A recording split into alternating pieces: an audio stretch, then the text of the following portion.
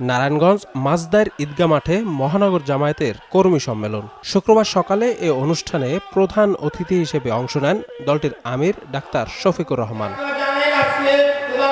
এ সময় সরকারের সমালোচনা করে এই বিরোধী দলীয় নেতা অভিযোগ করেন, বিগত ফ্যাসিস্ট সরকারের মতো এই সরকারও একদলীয় শাসন ব্যবস্থা কায়েমের চেষ্টা করছে।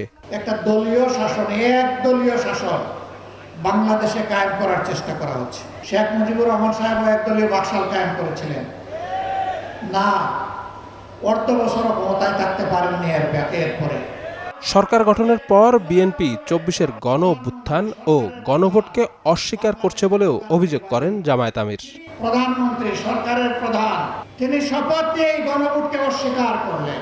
তার সহকর্মী যাকে বলা হয় তিনি সর্বমন্ত্রী, তিনি বলেছেন নির্বাচনটা যাতে হয়ে যায় এই জন্য আমরা এগুলা বলেছিলাম।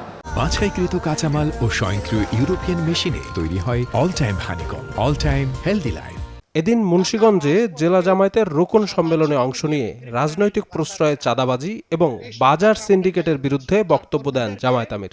বলেন, রাষ্ট্রীয় ক্ষমতার পরিবর্তন হলেও চাঁদাবাজি কমেনি। সেই দলের দেশ শাসন। শফিক মুন্সি, সময় সংবাদ, ঢাকা।